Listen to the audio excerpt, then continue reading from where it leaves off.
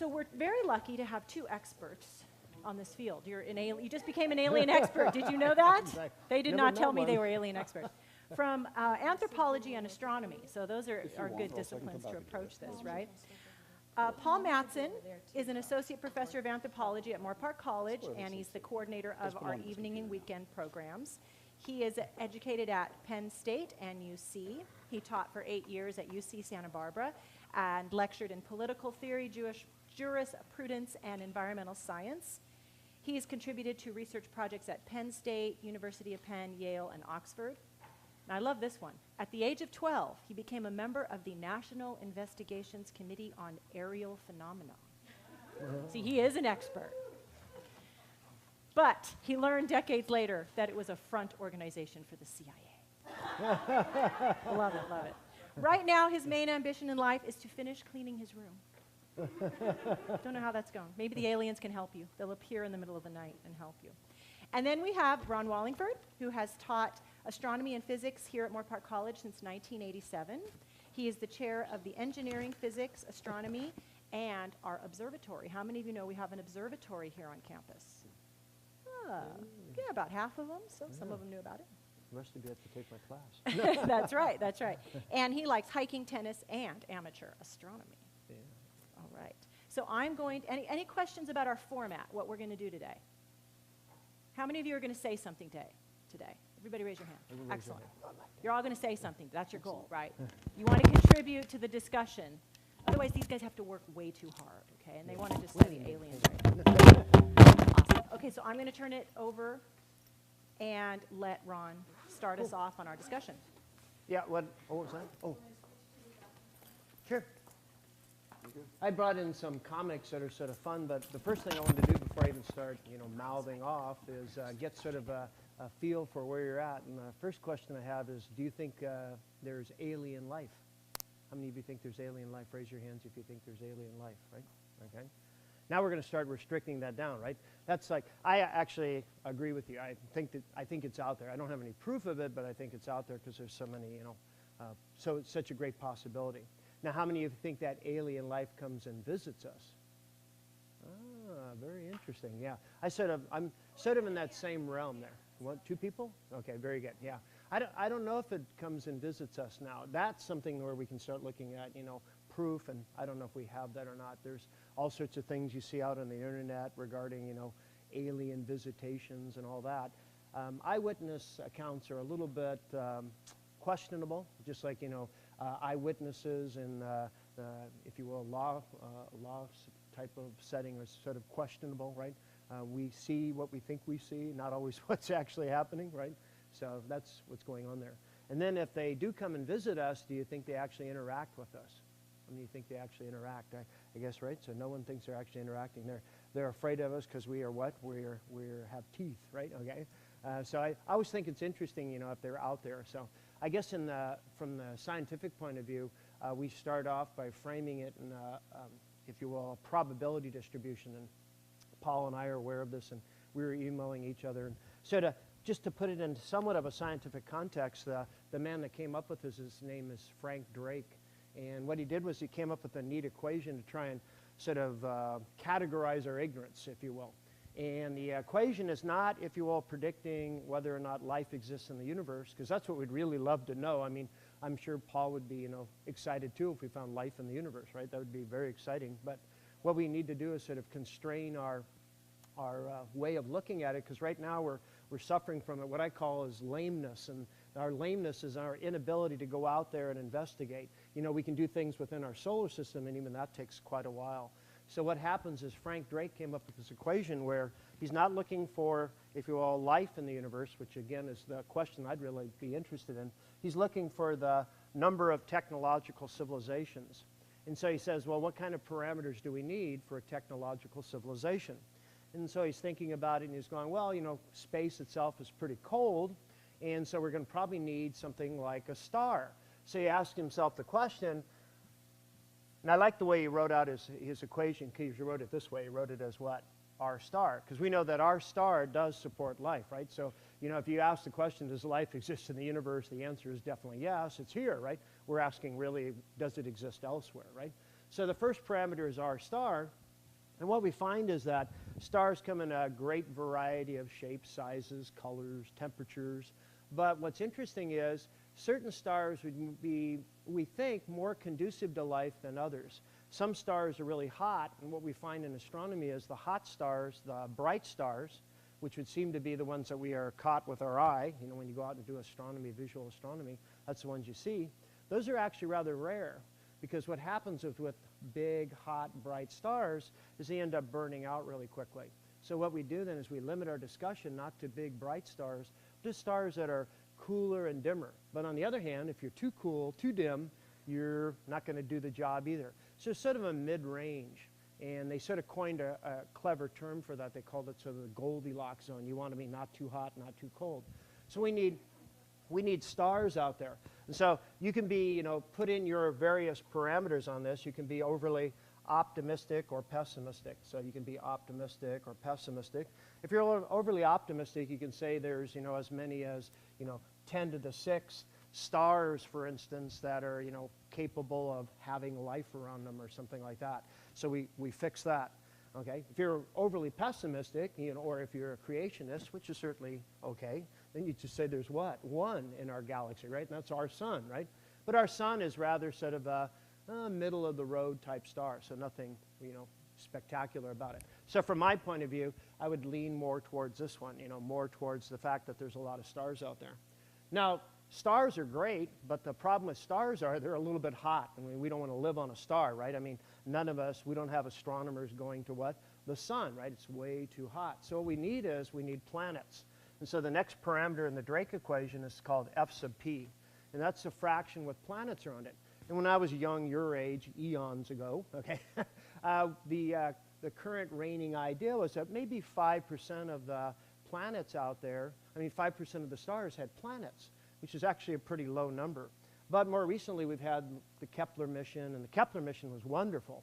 And they were looking at a part of the sky called Cygnus. And in there, they were looking at if you will, planets cutting in front of stars.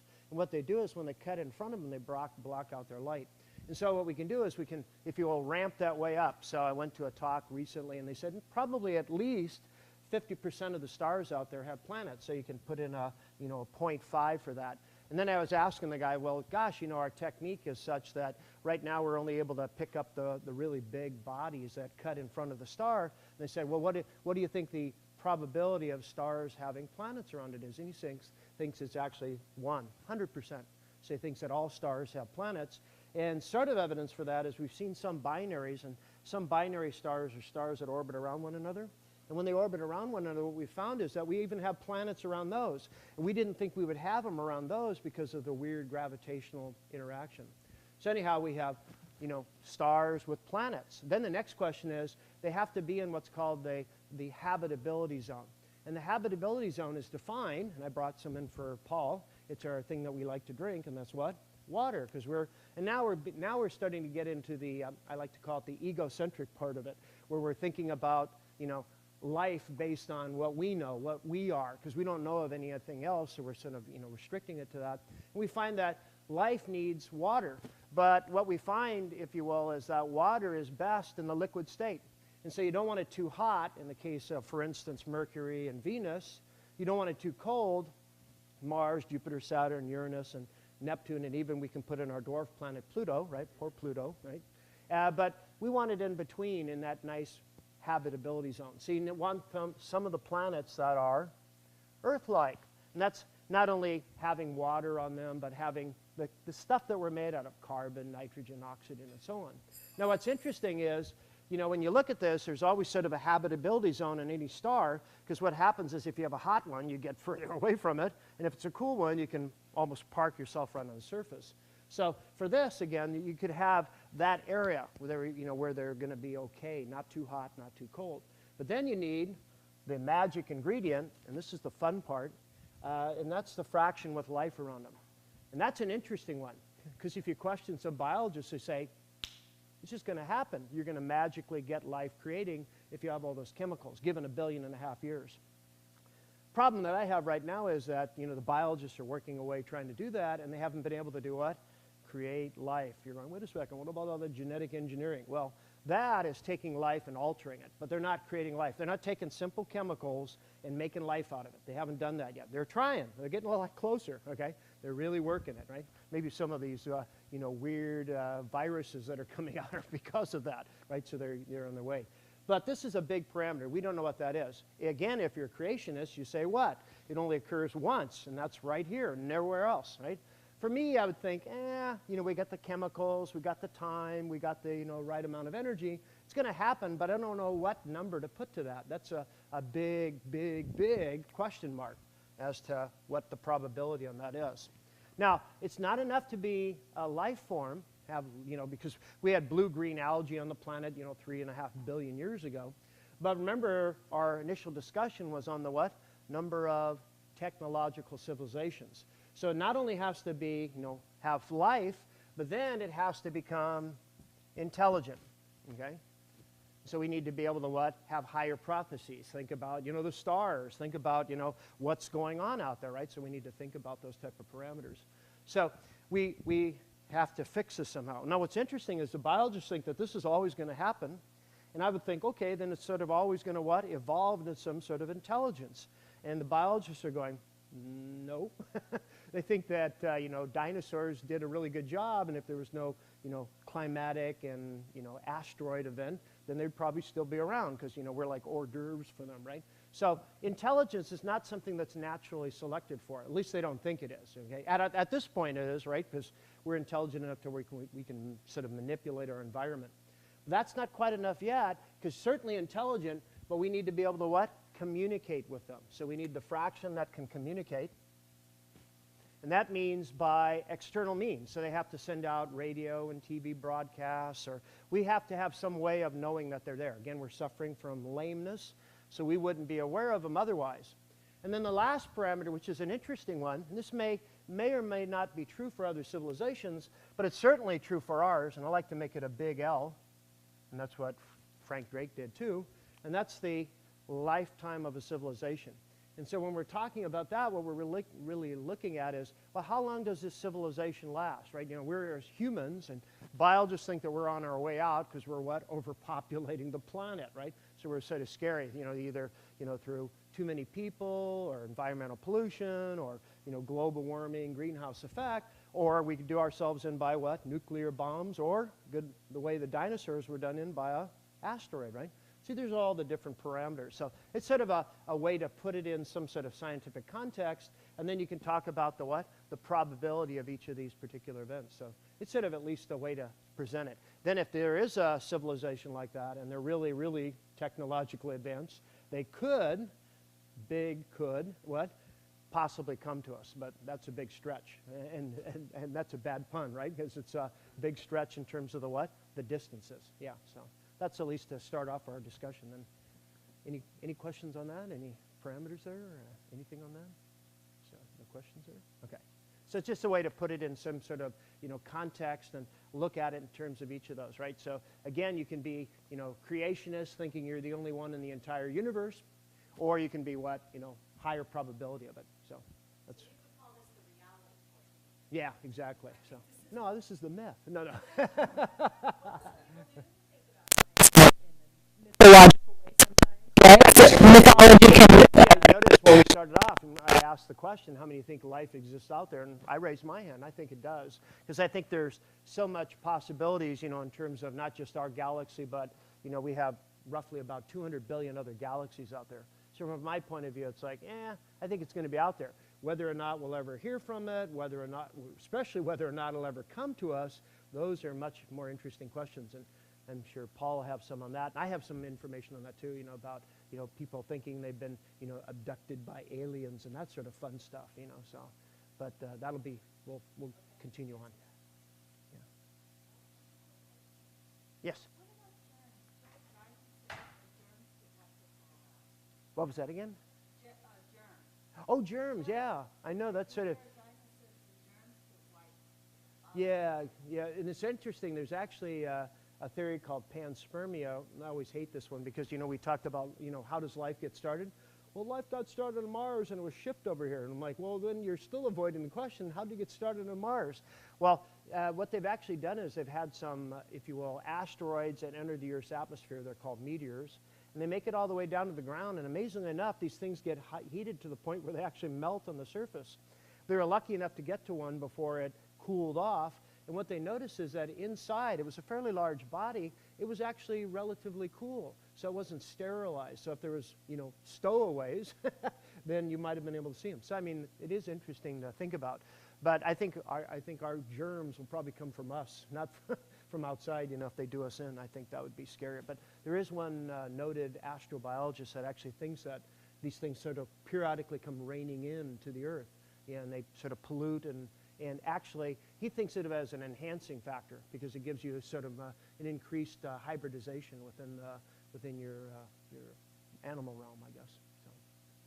So whether germs would cause extinction of human species, Yeah. unlikely because variation occurs in natural selection that provides a resource against the attack of different kinds of pathogens. So what kills one member of a clone species will kill them all, but what kills one member or 100,000 members of a highly variable species like humans will probably not. So that seems to be why variability in individuals evolved in the first place. So it's kind of an ongoing arms race between complicated organisms like ourselves and the simple ones that outnumber us and outweigh us, bacteria, microbes, and various kinds.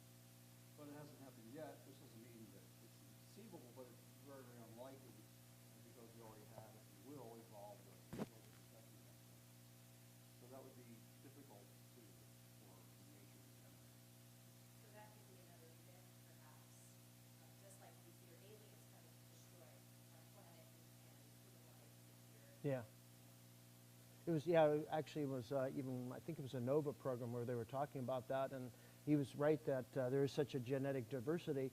When they were going back and looking at the Black Death, the bubonic plague, they noticed that, wait a second, these people are dying, and there's these guys that are going out and burying them. Why aren't they dying, the guys that are burying them? And it's because they were lucky enough to have the particular genetic hybridization where they didn't have that problem. So hopefully, if something like that happens, we'll have enough genetic diversity.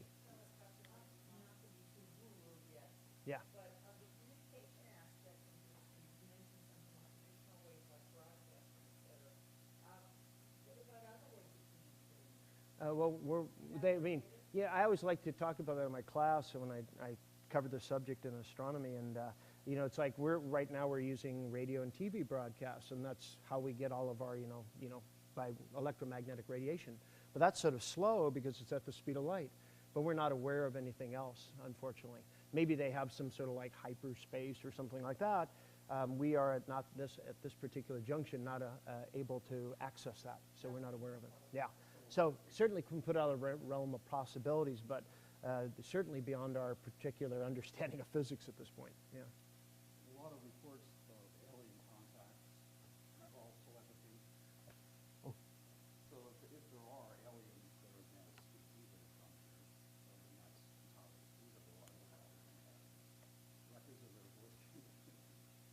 Another idea is the so-called interdimensional idea, that the reason we're not being visited by extraterrestrials or being visited by anything, because we're being visited by things that are already here, that are present activities of our world reality. And so it might be possible to prove that what we consider conscious. All very esoteric and abstract theories, but these are hypotheses that make sense of people to talk about it. Kind of, in all these investigations, there's little question people are experiencing something. The only question that matters from the standpoint of science is what they're doing to interpret their experience. Not what people are seeing, but for those who think there are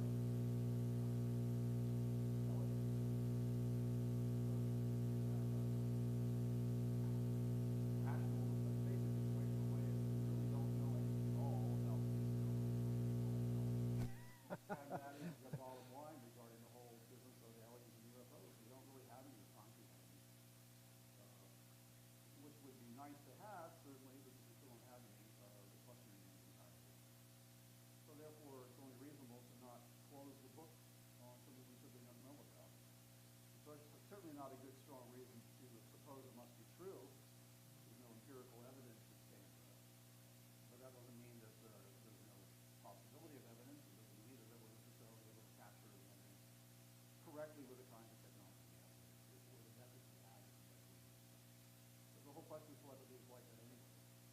planetary even happens, it might happen, but what wouldn't show up in some kind of nice test in a ESP lab like J.B. Ryan do, because that's not how it publicly works. It only happens when you don't want it to. So ideas like this have dogged the entire world of parapsychology and paranormal investigation.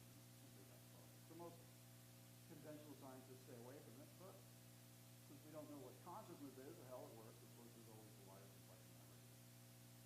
So yeah, these are wide open possibilities, but we simply don't know. Yes, ma'am. What if one of them one time that our viral galaxy is maybe somewhere around 50 something planets that is 4 5 4 habitable as Earth. And seeing this equation here, that probability of having not only life on a planet, but having intelligent connected. Is that essentially ruling us out by the thinking that they are trying to do the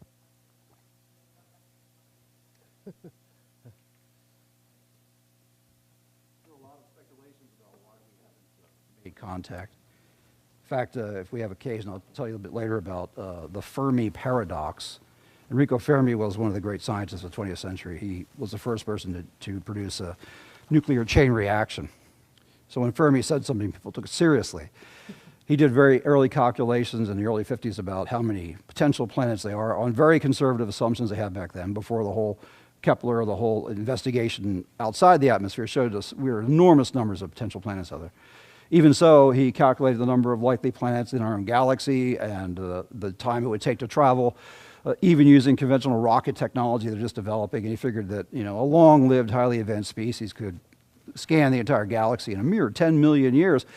And so where are they? And so the paradox emerges, why haven't we made contact if there are such species out there? And that's raised the entire question that leads eventually to the Drake hypothesis, try and resolve it. But the numbers themselves aren't really the problem. The issue is we can't make any statistical generalizations from one example. When you get to the higher ends of this, there's only one example. It's us, that we know of for sure. We're the only planet that certainly has life. We're the only planet that has advanced, complex life. We're the only planet that has what we like to call intelligent life, although you all have moments in the parking lot. You really wonder. And therefore, we're the only one we have what we like to call civilization. So there's a truckload of problems of this sort, trying to generalize. What can you say? What are the probabilities? All we can do is make better and better estimates of how many planets out there might have evolved life. But then we're left with Mr. Fermi's problem. Well, if the odds go that way, how come we're not in contact? Well, various ideas exist. Well, maybe we already are, but they don't want us to know about it, you know. That's a long story that we might get to later today. But if I didn't answer your question directly, I apologize. That's what happens when you read about aliens too long. Do you think that is why we have so many TV shows and movies and comic books and characters, because there's so many questions? Do I think? One entirely rational explanation of this all, if you don't assume that there are, in fact, extraterrestrial or interdimensional intelligences, which, as I just tried to say, we have really no way of even approaching the question rationally at this point because we don't have data. But unless you do that, you're fine. But once you assume that that's not true and there must be some alternative explanation, the most natural one is that this is a kind of an anxiety process. We don't see discussions of UFOs before we had aircraft. The earliest, typical descriptions of aliens, like the ones from Roswell, you see them all the time with big heads and slanty eyes and narrow bodies, were invented by H.G. Wells. So unless he saw the aliens himself, it was a science fiction notion. And we started seeing meaningful discussion of this after aircraft become a serious business, after they're being produced in large numbers, after warfare is involved in them, and crucially, after we have nuclear weapons. At which point you might start wondering whether there's somebody else out there to help us out, or if not, maybe there's somebody else out there that's causing all the problems. With a lapse of traditional religious mythologies, you might well have an informal kind of science fiction-ish mythology step into the place, because people do have genuinely good reasons to be worried and genuinely good reasons to be concerned about things that are up in the sky that they don't understand. So the simple explanation for this is a sort of psychosociological explanation that it reflects the nature of our times. Now, that might be a really weak and unsatisfying explanation for some people. and especially for some people that just think they saw something. But the question is, how do they interpret it, right? So if you take the mythological explanation of it, which is one entirely rational possibility, sort of minimal assumption, right? Then it results from our situation not having a sort of generalized supernaturalism going around, and still being in the same weird situation of, well, if we're entirely alone here, we're in a serious, massive trouble, because look what we're doing with ourselves and how potentially we might rain down the curtain on ourselves. So it might be nice if, there is something beyond the monolith at the end of the film 2001. It might be nice if the aliens exist and they don't end up looking like those ones in Aliens 2, but look a lot more like Thor and Loki, which that would be reassuring. And so the notion that this is understandable as a kind of generalized false interpretation of familiar things like the planet Venus and so on, that's how it works. How much you can take this for, how much you can make of it, I don't know. It depends on how you interpret the evidence. But that certainly is the mythological notion of it. Yes, ma'am? Can you talk about Roswell? Oh, yeah. I sure can. Here is the original Roswell Daily Record for, I believe it was July 8th, 1947. Now, at that time, there was not yet a U.S. Air Force. It was still the U.S. Army Air Corps. And at that time, Chuck Yeager had not yet broken the sound barrier. That happened in October. But at that time, there had been Hiroshima and Nagasaki and plenty of air war over many places. So I will now, since you can't make it out, I'll read up close what it actually says for you from my all-purpose portable box of knowledge. On ranch in Roswell, as you see up there, okay, right, region. Headline, no details of flying disc are revealed. Roswell hardware man and wife report disc seen. The intelligence office of the 509th Bombardment Group at Roswell Army Airfield announced at noon today that the field has come into possession of a flying saucer. According to information released by the department over authority of Major J.A. Marcel, intelligence officer, the disc was recovered on a ranch in the Roswell vicinity after an identified rancher had notified Sheriff George Wilcox here that he had found the instrument on his premises. Major Marcel and the detail went to the ranch and recovered the disc, it was stated. After the intelligence office here had inspected the instrument, it was flown to, quote, higher headquarters, unquote. The intelligence office stated that no details of the saucer's construction or its appearance had been revealed. Mr. and Mrs. Dan Wilmot apparently were the only persons in Roswell who have seen what they thought was a flying disc. They were sitting on their porch at 105 South Penn last Wednesday night at about 10 minutes before 10 o'clock when a large glowing object zoomed out of the sky from the southeast, going in a northwesterly direction at a high rate of speed. Wilmot called Mrs. Wilmot's attention to it, and both ran down into the yard to watch. It was in sight less than a minute, perhaps 40 to 50 seconds, it was stated. Wilmot said that it appeared to be about 1,500 feet high and going fast. He estimated between 400 and 500 miles an hour. In appearance, it looked oval in shape, like two inverted saucers faced mouth to mouth, or like two old-type wash bowls placed together in the same fashion. The entire body glowed as though light were showing through from inside, though not like it would if a light were merely underneath. From where he stood, Wilmot said that the object looked to be about 5 feet in size, and making allowance for the distance it was from town, he figured that it must have been 15 or 20 feet in diameter, though this was just a guess. Wilmot said that he had heard no sound, but that Mrs. Wilmot said she heard a swishing sound for a very short time. The object came into view from the southeast and disappeared over the treetops in the general vicinity of 6 Mile Hill. Wilmot, who was one of the most respected and reliable citizens in town, kept the story to himself, hoping that someone else would come out and tell about having seen one, but finally today decided that he would go ahead and tell about seeing it. The announcement that the Roswell Army Airfield was in possession of one came only a few minutes after he had decided to release the details of what he had seen. In the next page, the next day, the next day of the paper, if you click the screen for a moment, we have this story by the gentleman who actually found the material, and I can just highlight by showing you one or two crucial facts of what he described. Particularly down here from the bottom of the third column, yeah. He talks about this object. He says, it must have been about 12 feet long, he said, measuring the distance by the size of the room in which he sat. The rubber was smoky gray in color and scattered over an area of about 200 yards in diameter. When the debris was gathered up, the tinfoil, paper, tape, and sticks made a bundle about 3 feet long and 7 or 8 inches thick, while the rubber made a bundle about 18 or 20 inches long and about 8 inches thick. In all, he estimated the entire lot would have weighed about 5 pounds. There was no sign of any metal in the area which might have been used for any engine, and no sign of any propellers of any kind, although at least one paper fin had been glued onto some of the tin foil. There were no words to be found anywhere on the instrument, although there were letters on some of the parts. Considerable Scotch tape and some tape with flowers printed upon it had been used in the construction. Aliens. So that's what was initially reported. Of course, within days, people said that this poor rancher, the next shot I think is a picture of this poor individual. Here's Mac Brazel, the guy who really didn't want to be involved in this anymore. Immediately people started saying that he'd been told by the Air Force what to say, and it was a matter of top security and all sort of thing, and he'd been badgered into making these bland statements. And from that day on, the whole story has escalated. So I'm afraid I don't know what to tell you about that. But I can show you what they found. Click again. Thanks so much, Dina. This is Major Jesse Marcel, the gentleman from Army Air Corps Intelligence, who was there at the site collecting this stuff along with our poor rancher, and who then was ordered to fly it out to Fort Worth, Texas, to meet with a general there to describe and report on what they'd found. He later said early on that he thought whatever it was not of this earth, which didn't go over well. And the FBI and the general's office immediately countermanded that statement, saying, no, it's a weather balloon. And that's where that whole necessarily odd story began.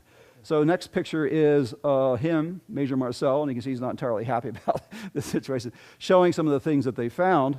Some of the things were just described by the rancher, as does the next photograph.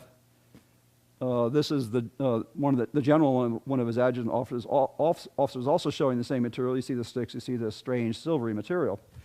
And that's strange enough, except that I have a point to remark about what the Air Force did say, so to give them their due, first of all, before we start attacking it. Thanks, Nina. Next click, if you would. This is the official explanation given by the Air Force, actually for this about 4 decades later, finally.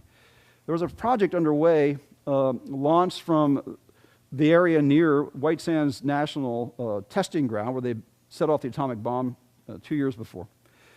And it was called Project Mogul. And what they were doing is producing very high-altitude weather balloons carrying hypersensitive microphones into a region of the atmosphere where temperature differential causes sound waves to bend the same way mirages of light are formed. And in this area called a sort of a bowling alley for sound, what they were trying to do was discover whether they could hear at remote distance the extremely low frequency sound of Soviet nuclear tests in Russia, which was, of course, an extremely top security thing because in 1947 the Russians didn't have nuclear weapons yet, but the Americans were now worried about it. Now, this was a pretty top-level thing, and it was done by people at the Los Alamos lab, and it's possible that they used polyethylene. Do you want to click again, Dina? That'd be great. Here's a weather balloon of the type built toward the end of the 40s, which would have been a little advanced for 1947, but possible, because the high-security research people might have had access to something which other people didn't, which is the next picture, and that's called polyethylene. Polyethylene was perfected in 1936 in Britain, but they immediately discovered that it would insulate radar materials against leaking out electromagnetic waves, and so they immediately classified it in Britain and made it a strategic material and used it to cover all the wiring and all of the radar facilities during the Second World War. Well, it hadn't been necessarily declassified yet, but it might well have been available to people experimenting in the Los Alamos labs. Now, nobody had ever seen Mylar before. It didn't exist yet. That wasn't invented until they stretched polyethylene in the 1950s. But polyethylene existed, and if somebody built a polyethylene bag and covered it with silvering materials, like the ones you have for your every birthday happy balloons nowadays, it would have looked extremely strange, and nobody had ever seen it before, like the silvering material we have there. So eventually, the Air Force released this explanation, a convenient 4 decades later when it was declassified. But this may explain in a conventional way what was going on. However, the fact that they produced all this hyper-secrecy didn't help at all in getting the public to think that there was nothing else happening except some oddball weather balloon made of material nobody's ever seen before. And you can see why the public would naturally have been skeptical from the word go. I forget what the next picture is. Let's find out. Oh, this is Project Blue Book, and that'll come about later on if we go on to talk about that. So that's the short version of Roswell. There's a lot more, of course, but I really can't discuss any of it with you for reasons of national security. Yeah, I heard the same thing. As a matter of fact, it was funny because I guess the Air Force, the cover story with the CIA was, oh, tell them it was aliens, and they'll be completely thrown off the track, and yet after a while they realized, oh my gosh, we just opened this big can of worms. That was not the right cover story. Not a good one. Yeah, it was Right. like, don't do that. Yeah. Yeah. So Do you it's have like, time to maybe talk a little bit Yeah, about Roswell? Okay. please. Who has a comment or a question? What do you know about Roswell? What have you heard about the myth, and now you have the reality? Who has a comment? I don't know whether it ties into the idea of government secrecy, but we've seen people who were children who were told absolutely if they said anything, they'd kill their families. I know that sounds really weird. I've heard those reports as well. Yeah. And I had a man that I worked for who said his father was involved, and he said there was some strange material he threw on the table, and then he covered it up. Mhm. You know, that funny material. So, Right. I don't know. I'm not so fast, you know. But I'm not either. I don't go around on a daily life thinking, boy, am I glad about everything that the government does. In fact, I don't know anybody who has 2 legs and a vertical spine that does, of any species. So the part of the problem, too, obviously, is that this is pervasively a result of distrust of the government. Now, once the government has nuclear weapons and high-powered supersonic aircraft and is designing them at Area 51, and nobody knows what they are, people are naturally going to be skeptical about what the government does and doesn't know. And you can see a really clear correlation between people that believe in UFOs and people that don't trust the government. Now, the number of people that actually trust the government who aren't in the government, you can pretty much count them, you know. So it's not a shock in that sense as it's a pervasive idea. But if our issue then becomes the same one again, which is always the problem with so-called conspiracy theories. Conspiracy theory works oddly in terms of logic, because whenever you don't have evidence for what you're supposing is true, that becomes evidence that it must be true because they've covered it up on purpose. But all you need for people to start taking that idea seriously is reason to really doubt the government. And then, of course, it's a snowballing thing, and then all the evidence cuts both ways. The lack of evidence either means there's no such thing, or it means that the conspiracy is very, very effective, and that's why they're going out of their way to cover it up, because it's so important and dangerous for people to know that they don't want it to ever get out. So if you suspect that the government has a reason to cover it up, then all the absence of evidence becomes constantly confirming evidence that you're right. And that's the kind of predicament we're in. I want to hear from these people. Yeah. 20s here. What do they know about Roswell? What is the mythology around it that you've grown up with? Who can tell the story? Because he left out a big part of it. So I did. who can tell the story? You can tell it. Or do you not know the story? Do you not? You're unfamiliar with this story, this myth. I don't think she would call it about something more leader. Yeah. So I don't think we really know that much. So what's your fanatic like about? Okay.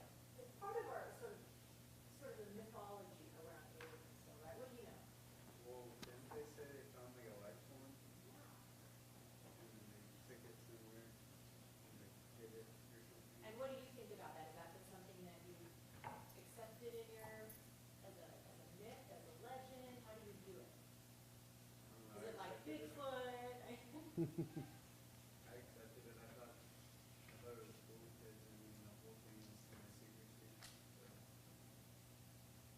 Who has a response to that? Another idea about the support? And it's interesting when it happened, right after World War II. Where does it go? Well, I've always known it to be because I'm young enough to be in this generation to know that it's a very skeptical matter, but the way I've always grown up with it is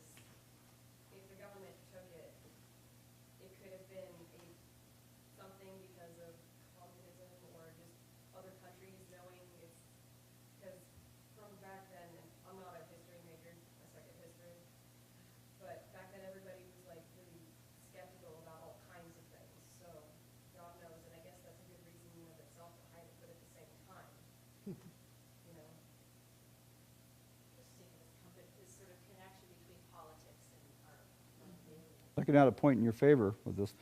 The common story is, too, that there actually were 3 events, 3 episodes close, and they simply focused on this one to distract attention from the more important one, where they had found alien bodies in wreckage, and one of which may still have been alive. So that idea also got launched. I left it out because all I did was I wanted to put you all in the position that everybody else was as it all started. And you can see already that questions and speculations begin.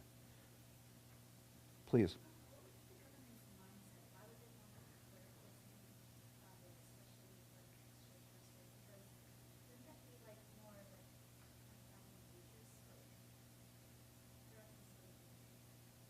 Unless they're really nasty. What do you think?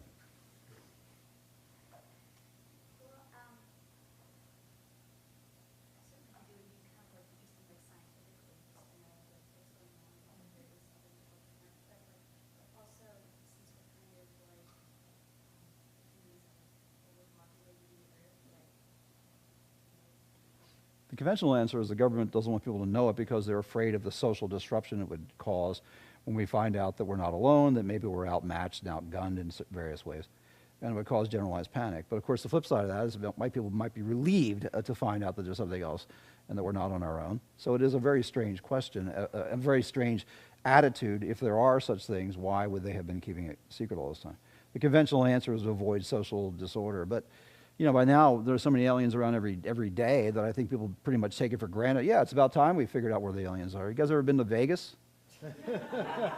I mean, you can't go anywhere without encountering Elvi.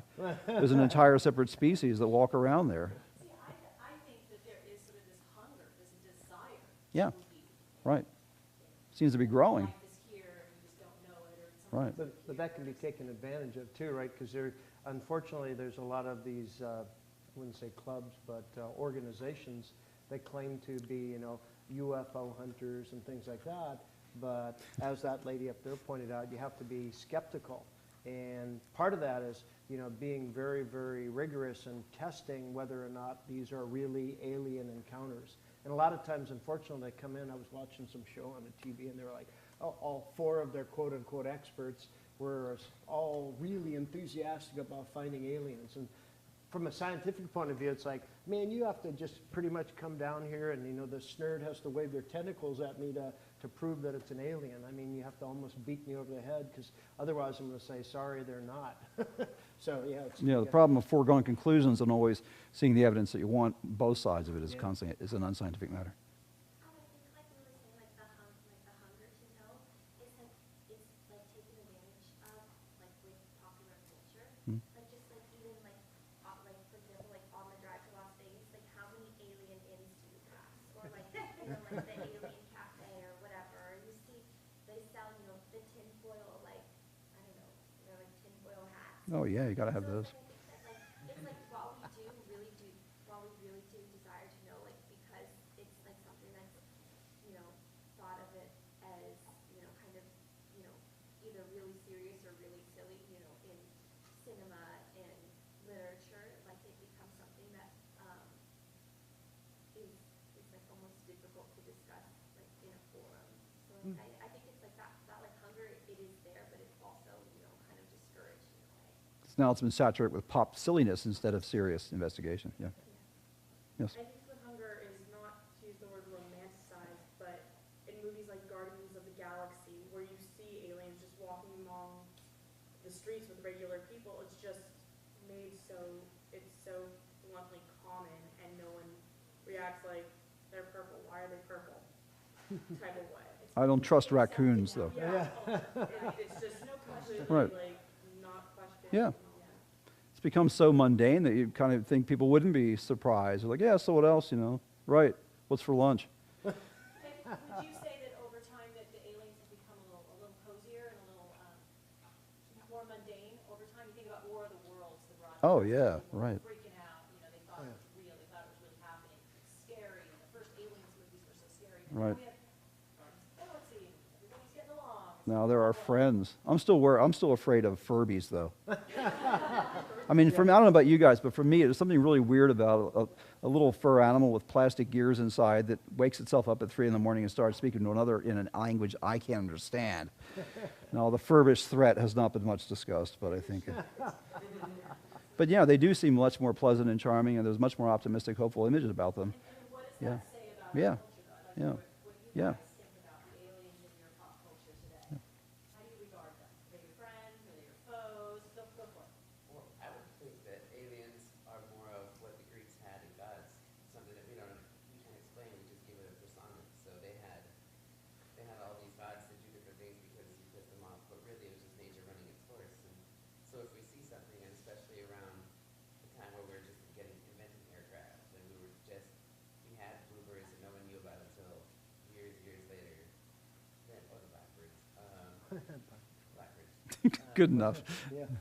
Well, we had those, and if someone saw it in the sky and no one knew about it, so they would just go, oh, aliens, and I don't know what it is. But now that we all know, and it's been in our pop culture, we just accept whatever everybody else is accepting, and then that's why we're not as scared as the first time we hear them. So they're kind of a metaphor, is what you're saying. They're like a metaphor. Just like the Greek gods and goddesses were sort of metaphors for things we couldn't explain. They were symbols for those things. Aliens are sort of like that.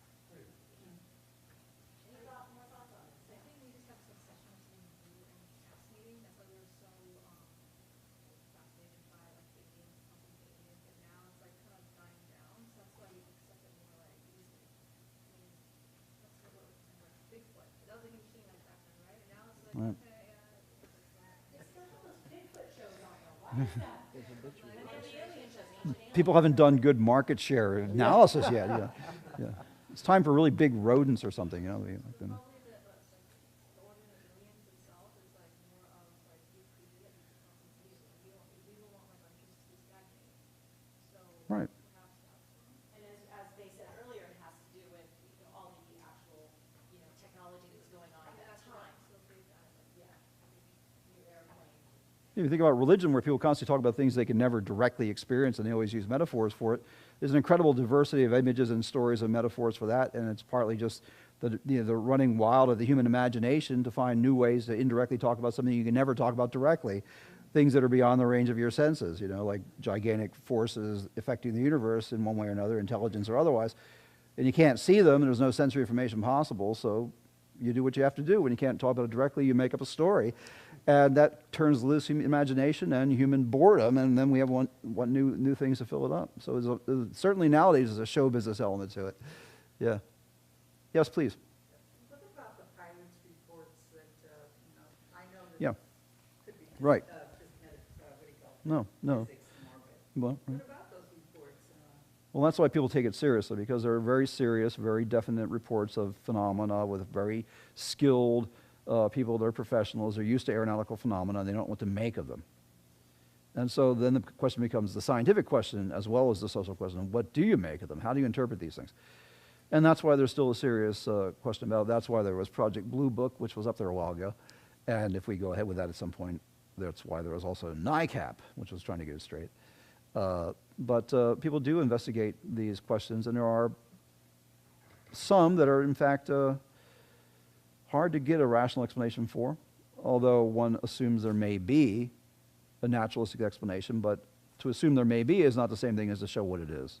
You can't just say it's all swamp gas and weather balloons, and, experienced pilots don't mistake the planet Venus for something moving rapidly across there. That's very unlikely, and they don't find Venus on radar scopes either. Last time I looked, you don't bounce radar images off of extraterrestrial objects that are actually in orbit at a long distance from Earth. If we do, I'm really impressed, So yeah. The sort of the flip side of that too is because of our general sort of distrust of the government, when they put out these reports, or you see things, it's like, well, is that really an alien, or is that some new form of technology that we're developing for spying That's or for sure. weapons or whatever? It's like, Because many of them there's have the been. whole mythology about Area 51. Right. And I've got some photos of Area 51 and of Yeah. Blackbird as well later on. yeah, exactly. You guys want to hear about this in a hurry? Yeah. Okay. Project Blue Book is what happened in the wake of Roswell, starting in the late 40s and early 50s, to try and get some evidence that made sense. And the Air Force investigated it, and they had a definite mandate from the government to do it on the question of whether there's a threat to national security. And for once, it's not a Nixon joke. I mean, they were really seriously worried about it. And so they started to collect information. And the next picture shows you the person who was in charge of it at his heyday, Captain Rupert was a highly decorated veteran of World War II. He had won the Distinguished Flying Cross twice. He was no fool. And he was a wide-open person who tried to find out what the evidence was, tried to collect it and make statistical summaries and try to get a sense of what was going on. But somewhat inconclusively, and he didn't really like the fact that at one point early in his tenure, about 1952, the government decided that there really didn't seem to be any compelling evidence about these things and that there was far too much talk going on about it and it was becoming a problem in itself. So they would more or less take the attitude that we should probably spend most of our time debunking them, showing that they're not true rather than reporting to the public anything that we don't know about. At which point he sort of asked for reassignment and died, unfortunately, pretty young, not because of nefarious reasons, but just because he died. The next thing, however, shows what happens. They brought in a person who stayed in it the whole time and until he died, Alan Hynek, and probably the most famous character in here, who was a legitimate astronomer, well regarded at Northwestern. And he initially was quite skeptical and took part in the early committee that suggested we should probably start debunking these reports. But as time went on, he became very uncomfortable with the Air Force's attitude of doing almost nothing else. They started to make up really kind of asinine explanations like, oh, it's really just planet Venus. A guy that's been flying high-powered jets for 20 years doesn't mistake Venus, okay? So he becomes skeptical of it, and in fact, he always remained committed to scientifically investigating and collecting data. And as a reward for which, actually, he showed up in Close Encounters of the Third Kind. He was the guy that invented the Encounters system, and so he shows up at the end of Spielberg's movie in the audience. And he thought it was, it was cool, but at the end of his life, he said, I don't really know whether there are any UFOs or not. So the effort to keep neutral about it and try to get actual data is still underway, and that's a very, very different thing than there have to be aliens and they should land in my backyard, or there's no such thing as anything other than bigger than a rodent or bigger than, I don't know, a Komodo dragon, or certainly bigger than my house, People like that who have prejudged the whole question are not much value in UFO investigation. Actually, the gentleman before, the captain, invented the term UFO, unidentified flying object. So these people are important. And the next person after him is not a person but an organization, which of course is dear to my heart, NICAP, since I joined it when I was 11. This was the Citizens Committee to try and also supplement it, and because they became skeptical about the increasingly lame-sounding reports from Project Blue Book during the 50s after Ruppelt was gone, they were led by another person, the next gentleman here, who has been the principal character who ended up, sort of as an icon of impartial investigation along with Ruppelt and Hayek. And that is Donald Kehoe, who's a retired Marine Corps major who had been educated in Annapolis and so on. He was the director of NICAP for a number of years during its heyday, and they did accumulate a whole lot of perfectly valid, neutral data. But, like some other people, since I was a NICAPper at the age of 11, going around my neighborhood asking people to describe the UFOs, it was disappointing they never had any, right? And I guess I told you the story about what happened to my NICAP career, or not. Okay, here comes in a hurry. Ready? Here we go. So my older brother, who views it as a responsibility to ridicule everything I do that's stupid, started letting me have it about woody aliens. So I sort of backed away from it, and eventually I was gone from NICAP, although I still have my plastic-covered NICAP card. I'm very proud of that. Well, about 30 years later, my wife, who took over the job of ridiculing me from my brother, we were watching the beginning of The X-Files in 1993, just as the internet's coming into existence, and there's this guy named Max, who's a NICAP guy, shows up with a nice black NICAP cap. You can still buy one if you want. And then they get abducted out of the aircraft right next to Agent Mulder, And so my wife looks at me, yeah, you're part of NICAP, right? I'm going, God. So we went to the internet, and sure enough, there's a NICAP site, and it says, we're back. And this time, we're doing it straight and valid because we know how many of you left when it discovered that, to some degree, the original NICAP was also a front organization for the Central Intelligence Agency. Great. I was the only 11-year-old in my block who was a CIA agent in training and didn't even know it. As a result, I don't join organizations much anymore. But this turned out to be important. These people were intelligent people. Some of them were involved in high-level military intelligence. The guy that founded it was actually Admiral somebody who was the first director of the CIA when it was transferred from the OSS after the Second World War. And one thing they were doing it for, as well as trying to collect good information, which they actually did, was going around in places like Europe asking questions about UFOs and indirectly getting all kinds of information about Soviet technology while appearing to be okay because they're just part of the lunatic fringe. So it was a cover story as well as an investigations committee. And that shows you how things go. So Kehoe eventually retired. Then what do we have? Here's Fermi, who originated the question that we saw, so we don't need to go through that again. Next one, thanks, this is great. Here's Fermi's paradox. If you guys like it, I can email this to you, whatever. And so the question is, where is everybody? And the next one is, here's Dr. Frank Drake, a Cornell astronomer, who invented this marvelous equation. He knew it was an equation. Here's his equation. Next thing, here's how it worked out. So you can see all that is. And here I put in some modern estimates based on modern data. Of course, there's always variable. The rate of star formation, 7 per year, based on all the Kepler stuff. Planet current rate, some of these might be 80 to 100%, as you pointed out. Yeah. Maybe all stars have planets. What about those that could potentially support life? Well, maybe 10% or less. Some say 0. That's a pretty open range. Yeah. Which one could support life that actually develops? Well, we don't know, because here's where the whole statistical thing becomes impossible. We only have one example. You can't generalize. But for other reasons, at least one rational, perhaps 13%. But then impossible to estimate intelligence and so on. So there it stands. So we're looking at it, but this is really to guide people's investigation and thinking rather than to produce an actual equation, because if you multiply it out, this times this times this times this times this, it's a big unknown, right? You multiply unknowns by unknowns and you just get more unknown. So we're still trying to make sense of the data, and the data is still being accumulated. Next page is what? The SETI Institute. What came out of this is the attempt to actually make contact with extraterrestrial life by listening to their radio broadcasts. You can do this at home if you want. I had it running on my laptop for years. It's while your laptop's on idle, it analyzes data, then it sends up to Berkeley, and they plug it in to see if it's getting anywhere.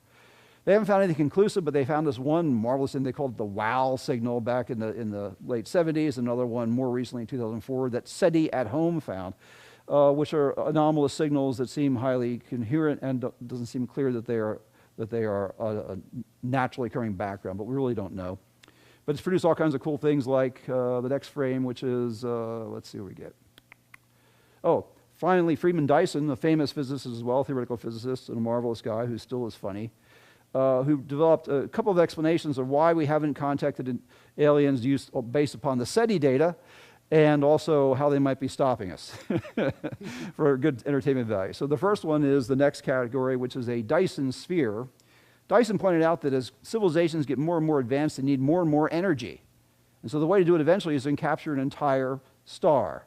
So he proposed the idea that a really, really super advanced intelligent group would be able to sequester all the information streaming off this star and use it, and therefore we can't see them because they blank themselves out and they're not broadcasting. But a possible alternative is the Dyson computer. You could build an entire computer that encompasses a whole star, and just from the differential of heat on the inside and the outside of it, you could run a gigantic processing system, which would be really cool. You could broadcast anything you want, but you might not broadcast it in radio frequencies. Since we're now getting rid of radio frequencies for the most part here too, we've gone to cable, right? Maybe your cell phone. An alternative is that maybe they've already gotten here, decided we were really weird, and therefore they built one of these around us, and it's so big and so powerful that at a certain distance, it's just a gigantic simulation. They're out there beyond, but at a certain point, it's like the film The Truman Show, and at a certain distance at the edge of the solar system, it's all digital. So there you go. What else do we have? Well, we have evidence.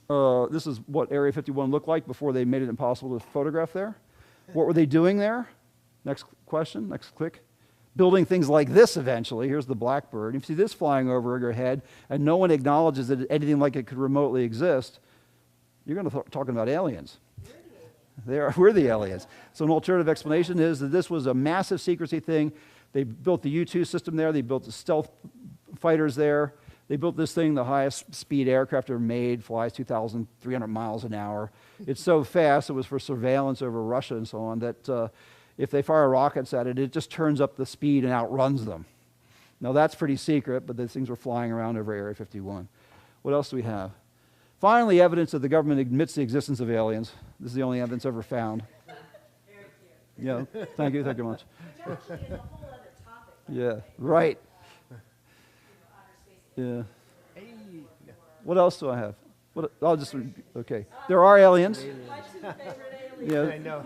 Maybe they're nice. The ladies Yeah, right. Sweet, huh? But maybe they're not so nice. Hopefully more like this than like the next one. We have about 10 minutes. No, we have more than that. What I'd like you guys to do is take all this information that you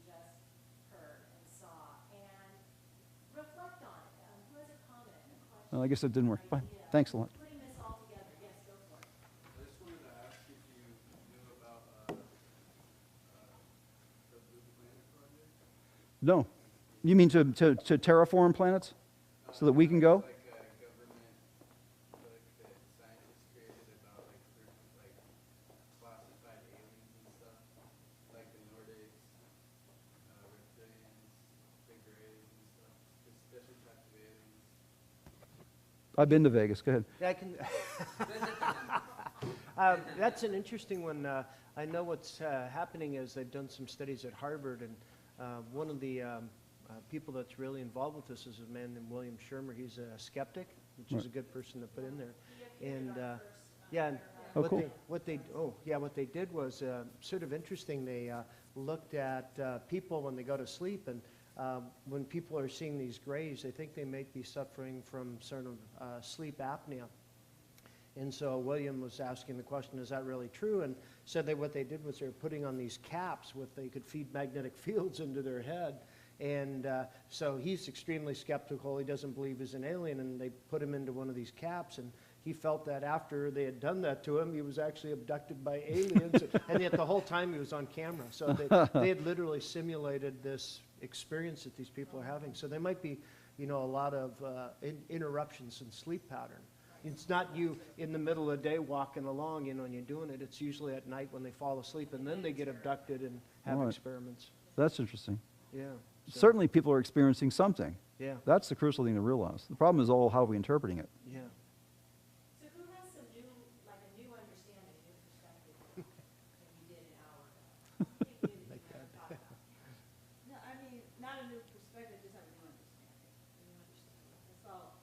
I know I do too, but I don't want to say. I want you guys to say what are your understandings of this topic, this question that you haven't thought about? What's the new way of thinking about it? Fresh.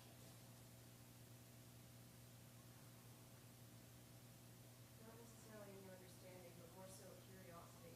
With all the propaganda, and those are very good points that usually we address the question of aliens and aliens and aliens and all kinds of things, and somehow the government might have secretly slipped in where what the aliens might have looked like into some kind of like media, so we all might have seen it and not even know it. How do you sift through all the debunking of just what it could be and actually find that kind of concrete proof? Because even, like you said, if it's put in front of your face, you can still disbelieve its existence. So how do you get through the myth to get to the reality? Is that kind of what you're getting towards?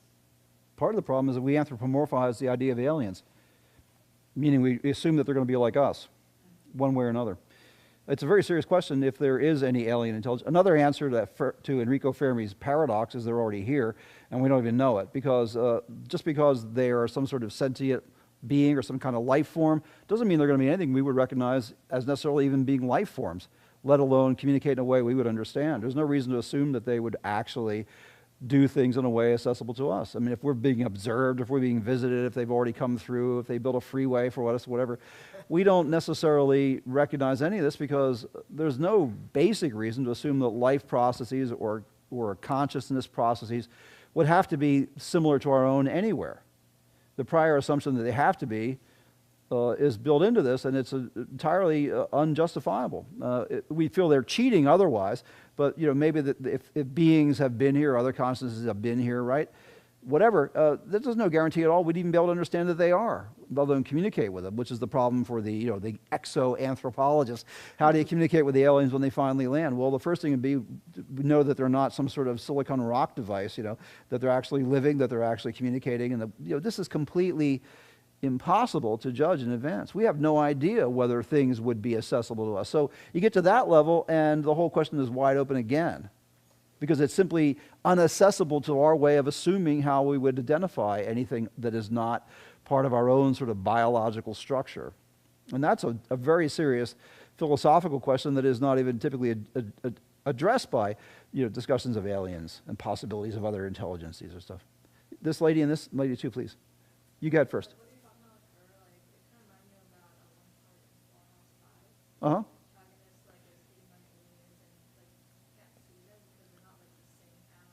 Right. Right, they're just consciousness in a way. Tralfamadorians, you know, they're very pleasant, but they like to watch us, especially when we're getting ready to mate, you know. Right, but the Tralfamadorians, she's describing Kurt Vonnegut's famous novel and the movie made of it, are beings that are essentially consciousness from our standpoint, you know, like the angels of old, right? And so therefore, we don't have any grounds for really identifying them as life forms properly. They're not biologically given. But they're there, and this poor chap, you know, Billy Pilgrim, encounters it, and they keep displacing him in time, which is something they can do, right? And so the whole world of imagination would then intersect with things that may, in fact, be true for all we know, but we wouldn't be able to distinguish them from pure imagination because they're outside the range of how we normally think about anything in a concrete biological organism world, which is what we live in. So those are really genuine alien questions. Ma'am, please. Just quickly, what are your thoughts about some of those ancient cave paintings that really do resemble sort of flying objects and interesting, no? Yeah, interesting. I really don't know what to say about that. They're always very ambiguous, and that's the problem. I mean, if we saw ancient cave paintings that actually were the blueprints for the stealth bomber, I would stop right there, and we'd do this seminar different. Yeah. But ambiguous images of, you know, suprasensory, supernal beings and so on are unfortunately always ambiguous.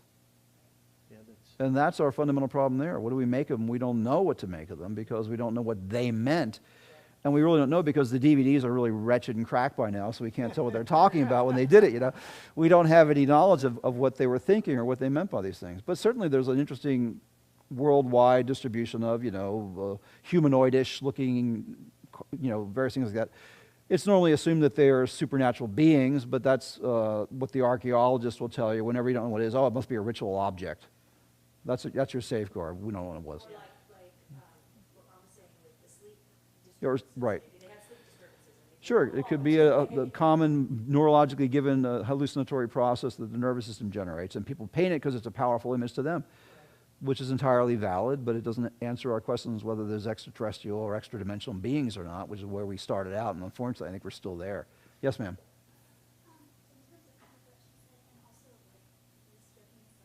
Yeah, please.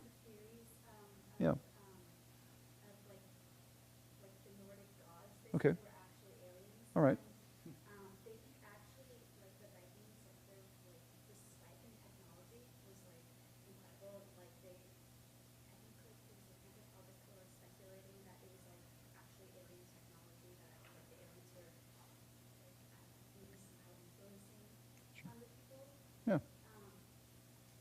But also there's like I remember I was watching like a show with my dad about actually this, and they said there's like the one myth of like Odin, and he has his two crows, and they like fly around Earth, and then at the end of the day, they report back to Odin about everything that happened, and like people were like maybe speculating that the two crows could have been like ships or aircraft, Or probes sent out by the Sith, you know. Yeah. I'm Swedish, so I'm good with that. But, you know, the thing here, a lot of it is the chariots of the gods problem. We have an issue which is when we discovered that ancient peoples did some pretty clever things, there's a presupposition, well, they couldn't have done that because they weren't as advanced as we are. But the fact is people were just like we are a good 30,000 years ago. They just didn't have, you know, I don't know, video games yet, okay? So their capacity sometimes to do things that are highly advanced and highly clever, there's a presupposition, well, they couldn't have built the pyramids, how could they possibly have done that? Even though we figured out how they did it, in fact, they couldn't have built Stonehenge, how could they possibly lift these things? And there's a whole market built out of that and a whole industry of chariots of the gods, you know, all these ancient technologies, achievements that are a high level once we see them, prove that people must have been visited by the gods because they could never have been smart enough to figure those things out for themselves. But in a way, that's a kind of an ego problem because we're no smarter than they were. And they didn't have to deal with daytime television. Yeah, a lot of people like, oh, where all of our solid state circuitry is today. It's like, that must have been reversed from alien spacecraft. And it's like, if you actually look scientifically, sort of, you know, chronologically at what goes on, and, you know, they had the initial transistor, and so it actually does make sense. We didn't have to reverse technology from aliens, yeah. But on the other hand, in the context of what Paul was talking about, you know, science tries to even look at that. Science, by the way, is sort of like a little bit standoffish, because if you do look at this, you know, most of the scientists look down on you, I think, to a Yeah, certain sure. extent. It's sort of, Right. you're the pariah, if you will, but they try and put it in the context of what Paul was talking about, which is close encounters. You know, the first type is some sort of, witnesses, eyewitness, and seeing what's going on. You know, if we all walk outside and we see a hovering flying saucer, it's not just me, it's a bunch, but then you can say, it's mass hallucination or something, right? But then it's secondary evidence as getting some kind of technology where, you know, I picked this alien technology up and I pointed at a mountain and I pulled a little trigger and it just caused the entire mountain to disintegrate. I'm like, well, guess what? That ain't part of our technology, right? That's, you know, well beyond our technology. I'm going into corporate operations at that point. Pointed towards our nation. Yeah, okay. No. Did you have a question or a comment somewhere about? Actually, you brought it up. Okay. Oh, okay. And then the close encounter, third kind, of course, is contact. And again, that's, you know, somewhat questionable. And I think it's more questionable if the aliens are coming here, they'd be probably more afraid of us, maybe in terms of, coming in contact with us, maybe from a, germ point of view. And then the other aspect of that, if you want to flip it around, is they may actually be heading for us right now and going, yummy, okay? So that could be scary. Or they may find us to be entertainment. We could be Yeah. reality TV for the whole galaxy. They're going, oh, come on, no one would ever do that, you know. Yeah, Yeah. that's interesting. Some people have speculated that maybe the aliens are out there and they're just sitting back and going, we want to study these idiots. This is very Yeah, odd. you Don't know. want to interact with them to Right. see how they do. So you have to have a sense of humor, I think, about this, because we're dealing with things that we really cannot settle. And that's our predicament. If we could really get some evidence, that would be a big deal. But if we don't get any evidence, which we don't conclusively have yet, then all we have is the unknown, which puts us in a predicament of having to think about it without ever being able to reach any meaningful conclusions, which is kind of weird when you're trying to do it for a practical purpose. So obviously scientists are a little bit embarrassed about this and don't want to get too involved in it, because it sounds like they're wasting their time. But they're not wasting their time, because we're still trying to actually encounter evidence that will really make a difference in how one interprets all these experiences that people are having. Yeah. But until we get something that's so startling that there's no way to question it, no way to doubt it, and it demonstrates evidentially blank, blank, or blank, we're in the same quandary we started out in, which is therefore a good thing to think about, but a hard thing to resolve. Yes, please. Yeah, you can see where Paul and I both are in terms of that, and that is we're highly skeptical, and yet we want to continue to, listen. If you're really skeptical, you're skeptical about making prior assumptions that it can't be true either. Yeah. And people that say, all the evidence proves that it doesn't exist. There's no evidence at all, which doesn't prove anything. Yeah. And so that's a non-scientific approach to have to things. There was a reason why a lot of that any paranormal stuff happened too, which is just that they were embarrassed in the late 1800s in Victorian England, because there was a real phase, suddenly a fad of spiritualism, and people were, going to all these seances in their beautiful hoop skirts and their top hats. The upper class of Britain and the British Empire were going to these things. Meanwhile, they found other people in the back room throwing balloons and playing Thomas Edison's new record player and stuff. So they were deeply embarrassed by that. And some of these people were members of the elite in Britain, who were also members of the Royal Society of Science. And so they banned at that point any investigation of paranormal questions. And so there's a kind of just irrational prejudice that came about it, because they didn't want to embarrass the British upper class. But one member of the British upper class who found it really annoying was Sir Arthur Conan Doyle. You may have heard about him. He was once the wealthiest and most famous writer in the world, and clever enough to invent Sherlock Holmes and also the Lost World. He once apparently set them up to prove how dogmatic they were. He was a firm believer in the need to investigate ESP and things like that, and routinely tried to demonstrate how dogmatic they become, even though he was a member of the Royal Society, because he was a trained physician, as well as being, a creative writer of great genius. And you don't argue with Sherlock Holmes.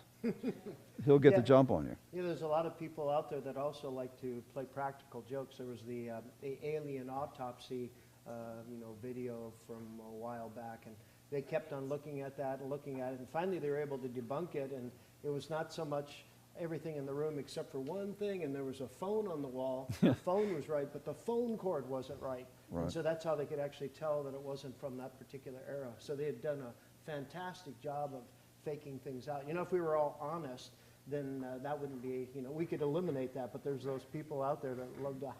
There's money to be made, and there's, comedy to do, and there's prestige to get.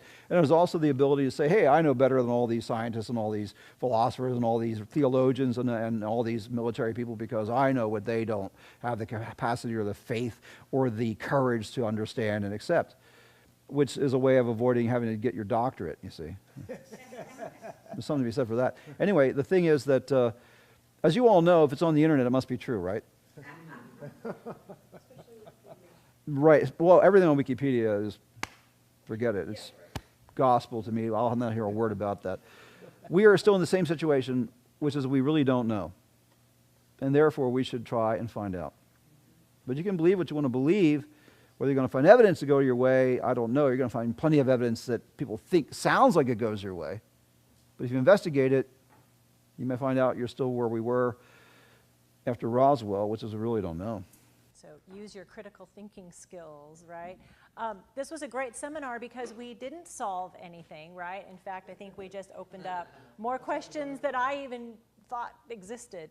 But what I was really interested in, how many different disciplines and interests sort of collide when you start talking about aliens, and I didn't know that when I came in here today. You've got history, you've got politics, you've got technology, you've got science, you've got religion, you've got mythology, you've got psychology, you've got neurology, all of these things. So interesting. I probably left out a bunch. Yeah, art, exactly, absolutely, literature. So we really appreciate you guys listening and participating. And I'm sorry I didn't go around with the microphone. I felt awkward doing that. So I hope that your questions were picked up. Because this will be on the website at some point, right? And people can watch it. So tell your friends. Tell your friends. This was a fascinating discussion. Please give your leaders a round of applause. They were fantastic. It's definitely yes, it's here, right? We're asking really, does it exist elsewhere, right? So the first parameter is our star. And what we find is that stars come in a great variety of shapes, sizes, colors, temperatures. But what's interesting is certain stars would be, we think, more conducive to life than others. Some stars are really hot, and what we find in astronomy is the hot stars, the bright stars, which would seem to be the ones that we are caught with our eye. You know, when you go out and do astronomy, visual astronomy, that's the ones you see. Those are actually rather rare, because what happens with big, hot, bright stars is they end up burning out really quickly. So what we do then is we limit our discussion not to big, bright stars, to stars that are cooler and dimmer. But on the other hand, if you're too cool, too dim, you're not going to do the job either. So it's sort of a mid-range. And they sort of coined a clever term for that. They called it sort of the Goldilocks zone. You want to be not too hot, not too cold. So we need stars out there. And so you can be, you know, put in your various parameters on this. You can be overly optimistic or pessimistic. So you can be optimistic or pessimistic. If you're overly optimistic, you can say there's, you know, as many as, you know, 10 to the 6 stars, for instance, that are, you know, capable of having life around them or something like that. So we fix that. Okay? If you're overly pessimistic, you know, or if you're a creationist, which is certainly okay, then you just say there's what? One in our galaxy, right? And that's our sun, right? But our sun is rather sort of a middle of the road type star, so nothing, you know, spectacular about it. So from my point of view, I would lean more towards this one, you know, more towards the fact that there's a lot of stars out there. Now, stars are great, but the problem with stars are they're a little bit hot. I mean, we don't want to live on a star, right? I mean, none of us, we don't have astronomers going to what? The sun, right? It's way too hot. So what we need is we need planets. And so the next parameter in the Drake equation is called F sub p. And that's the fraction with planets around it.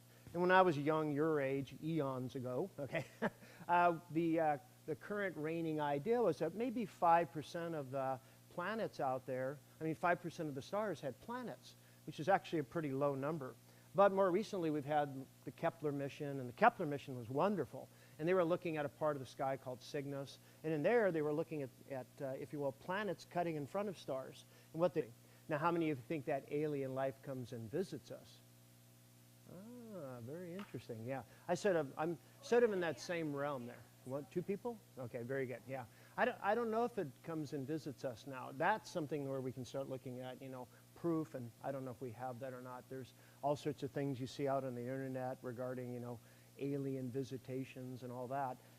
Eyewitness accounts are a little bit questionable, just like, you know, eyewitnesses in if you will, law type of setting is sort of questionable, right? We see what we think we see, not always what's actually happening, right? So that's what's going on there. And then if they do come and visit us, do you think they actually interact with us? I mean, you think they actually interact, I guess, right? So no one thinks they're actually interacting. They're afraid of us because we are what? We have teeth, right? Okay. So I always think it's interesting, you know, if they're out there. So I guess from the scientific point of view, we start off by framing it in, if you will, a probability distribution. And Paul and I are aware of this, and we were emailing each other. And so just to put it in somewhat of a scientific context, the man that came up with this, his name is Frank Drake. And what he did was he came up with a neat equation to try and sort of categorize our ignorance, if you will.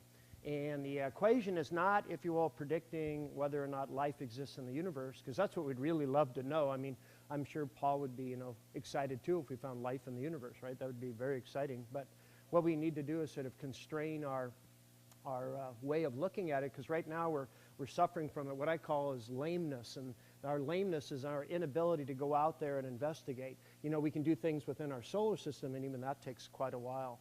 So what happens is Frank Drake came up with this equation where he's not looking for, if you will, life in the universe, which again is the question I'd really be interested in. He's looking for the number of technological civilizations. And so he says, well, what kind of parameters do we need for a technological civilization? And so he's thinking about it, and he's going, well, you know, space itself is pretty cold, and so we're going to probably need something like a star. So he asked himself the question, and I like the way he wrote out his equation, because he wrote it this way. He wrote it as what? Our star. Because we know that our star does support life, right? So, you know, if you ask the question, does life exist in the universe, the answer is... So we're very lucky to have two experts on this field. You just became an alien expert. Did you know that? They did not tell me they were alien experts. From anthropology and astronomy. So those are good disciplines to approach this, right? Paul Matson is an associate professor of anthropology at Moore Park College, and he's the coordinator of our evening and weekend programs. He is educated at Penn State and UC. He taught for 8 years at UC Santa Barbara and lectured in political theory, jurisprudence, and environmental science. He has contributed to research projects at Penn State, University of Penn, Yale, and Oxford. And I love this one. At the age of 12, he became a member of the National Investigations Committee on Aerial Phenomena. See, he is an expert. But he learned decades later that it was a front organization for the CIA. Love it, love it. Right now, his main ambition in life is to finish cleaning his room. Don't know how that's going. Maybe the aliens can help you. They'll appear in the middle of the night and help you. And then we have Ron Wallingford, who has taught astronomy and physics here at Moore Park College since 1987. He is the chair of the engineering, physics, astronomy, and our observatory. How many of you know we have an observatory here on campus? Yeah, about half of them, so some of them knew about it. Must have to take my class. That's right, that's right. And he likes hiking, tennis, and amateur astronomy. Yeah. All right. So I'm going to, any questions about our format, what we're going to do today? How many of you are going to say something today? Everybody raise your hand. Excellent. You're all going to say something. That's your goal, right? You want to contribute to the discussion. Otherwise, these guys have to work way too hard, okay? And they want to just study aliens. Right? Awesome. Okay, so I'm going to turn it over and let Ron start us off on our discussion. Yeah, what was that? Oh, sure. I brought in some comics that are sort of fun, but the first thing I wanted to do before I even start, you know, mouthing off is get sort of a feel for where you're at. And the first question I have is, do you think there's alien life? How many of you think there's alien life? Raise your hands if you think there's alien life, right? Okay. Now we're going to start restricting that down, right? That's like, I actually agree with you. I think it's out there. I don't have any proof of it, but I think it's out there because there's so many, you know, so it's such a great possibility. What they do is when they cut in front of them, they block out their light. And so what we can do is we can, if you will, ramp that way up. So I went to a talk recently, and they said probably at least 50% of the stars out there have planets. So you can put in a, you know, a 0.5 for that. And then I was asking the guy, well, gosh, you know, our technique is such that right now we're only able to pick up the really big bodies that cut in front of the star. And they said, well, what do you think the probability of stars having planets around it is? And he thinks it's actually 100%. So he thinks that all stars have planets. And sort of evidence for that is we've seen some binaries, and some binary stars are stars that orbit around one another. And when they orbit around one another, what we found is that we even have planets around those. And we didn't think we would have them around those because of the weird gravitational interaction.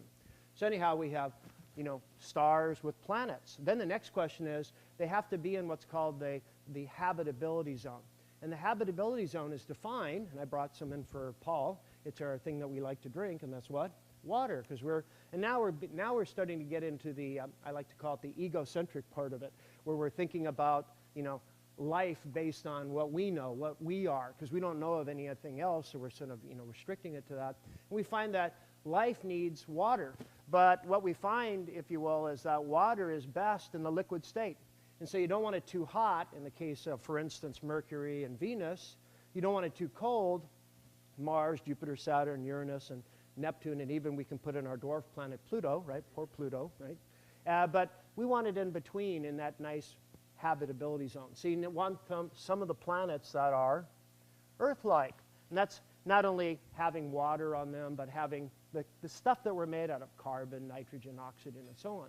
Now what's interesting is, you know, when you look at this, there's always sort of a habitability zone in any star, because what happens is if you have a hot one, you get further away from it, and if it's a cool one, you can almost park yourself right on the surface. So for this, again, you could have that area where they're going to be okay, not too hot, not too cold. But then you need the magic ingredient, and this is the fun part, and that's the fraction with life around them. And that's an interesting one, because if you question some biologists, they say, it's just going to happen. You're going to magically get life creating if you have all those chemicals, given 1.5 billion years. Problem that I have right now is that, you know, the biologists are working away trying to do that, and they haven't been able to do what? Create life. You're going, wait a second, what about all the genetic engineering? Well, that is taking life and altering it, but they're not creating life. They're not taking simple chemicals and making life out of it. They haven't done that yet. They're trying. They're getting a lot closer, okay? They're really working it, right? Maybe some of these, you know, weird viruses that are coming out are because of that, right? So they're on their way. But this is a big parameter. We don't know what that is. Again, if you're a creationist, you say what? It only occurs once, and that's right here, nowhere else, right? For me, I would think, you know, we got the chemicals, we got the time, we got the, you know, right amount of energy. It's going to happen, but I don't know what number to put to that. That's a big, big, big question mark as to what the probability on that is. Now, it's not enough to be a life form, you know, because we had blue-green algae on the planet, you know, 3.5 billion years ago. But remember, our initial discussion was on the what? Number of technological civilizations. So it not only has to be, you know, have life, but then it has to become intelligent, okay? So we need to be able to what? Have higher processes. Think about, you know, the stars. Think about, you know, what's going on out there, right? So we need to think about those type of parameters. So we have to fix this somehow. Now what's interesting is the biologists think that this is always going to happen.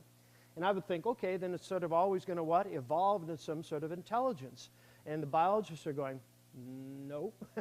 They think that, you know, dinosaurs did a really good job, and if there was no, you know, climatic and, you know, asteroid event, then they'd probably still be around because, you know, we're like hors d'oeuvres for them, right? So intelligence is not something that's naturally selected for. At least they don't think it is, okay? At this point it is, right? Because we're intelligent enough to where we can sort of manipulate our environment. That's not quite enough yet, because certainly intelligent, but we need to be able to what? Communicate with them. So we need the fraction that can communicate.